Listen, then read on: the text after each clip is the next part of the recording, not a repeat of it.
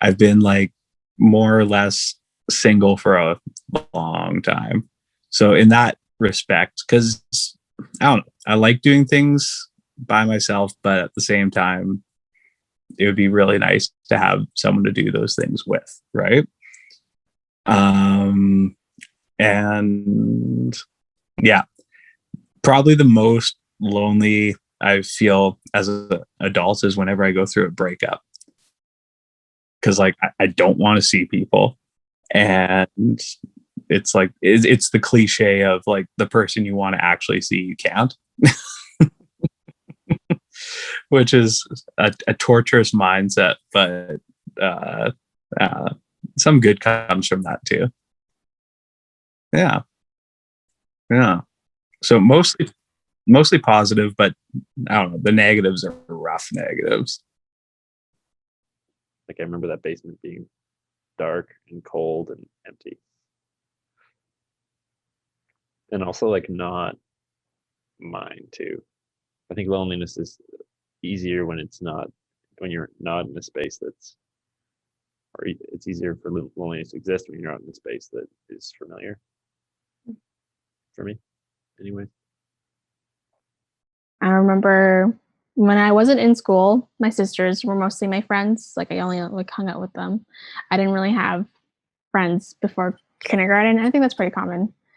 Um, so I remember in kindergarten, I was like really, really excited to get a friend because my little sister actually had a friend before I did, which is so sad. And I like got into kindergarten, went up to like the first girl that I saw, and I was like, "Hey, can we be friends?" And then we were friends ever since. Yeah, her name is Cassie. I think so. I mean, I think she was shy enough that she like needed someone to do that because she's a very shy person. I think we definitely have like different opinions and like we're pretty different people. But I mean, we're still friends to this day. Like I still consider someone close to me.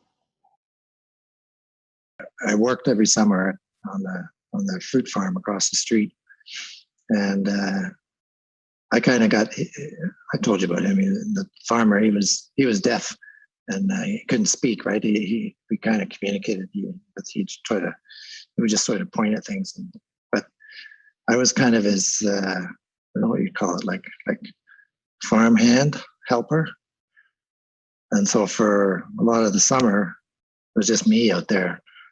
And he'd send me out to do stuff. So I'd spend the whole day out there out in the field by myself doing really shitty jobs. Like I had to pull weeds around peach trees. That was like one of my hated jobs. Like he'd show me, you have to pull all the weeds around every peach tree. And you go in like there's an orchard of thousands of trees, right? And it was just me out there.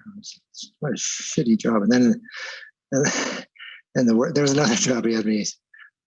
I finished that. It was like right now we're going to pull the suckers off the grapes, like the bottom of the grapes. There's these suckers that come up from the around the base of the plant, like where the roots are, and you got to pull off. Well, I kind of thought it was a waste of time. It wasn't really necessary, but he liked everything to be really clean and neat. So I'd say, okay, now you're gonna do all the grapes. So he'd send me out there, and I'd just be out there for like days by myself, pulling the suckers off the grapes. It was the worst job. And it was hot as hell because it was Southern Ontario. It was really humid.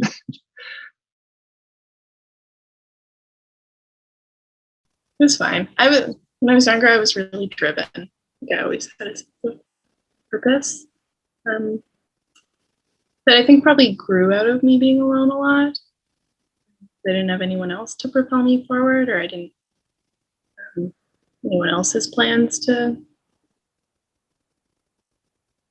Yeah, like it was just me. It was always just me. So I was always the one making the rules.